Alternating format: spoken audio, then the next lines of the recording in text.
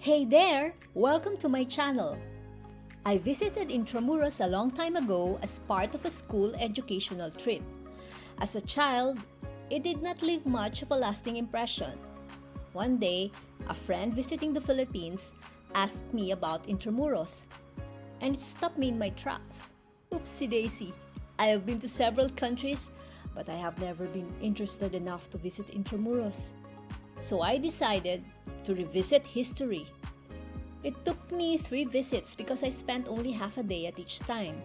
I think there is nothing like Intramuros in the Philippines except maybe in Vigan.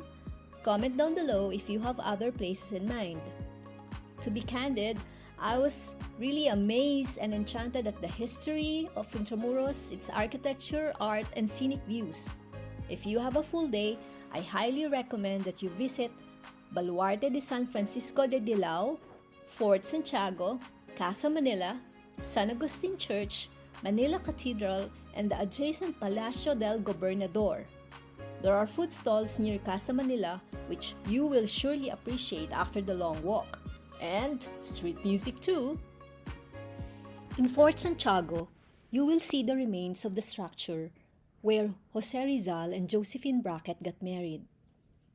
Imagine Josephine Bracken marrying our national hero, Jose Rizal, 2 hours before his execution at Bagong Bayan on December 30, 1896.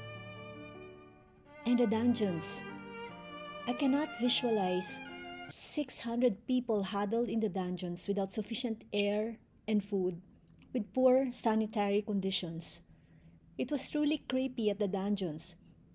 600 people died there, and after the Battle of Manila, the remains were given a decent burial in a mass grave near the dungeons.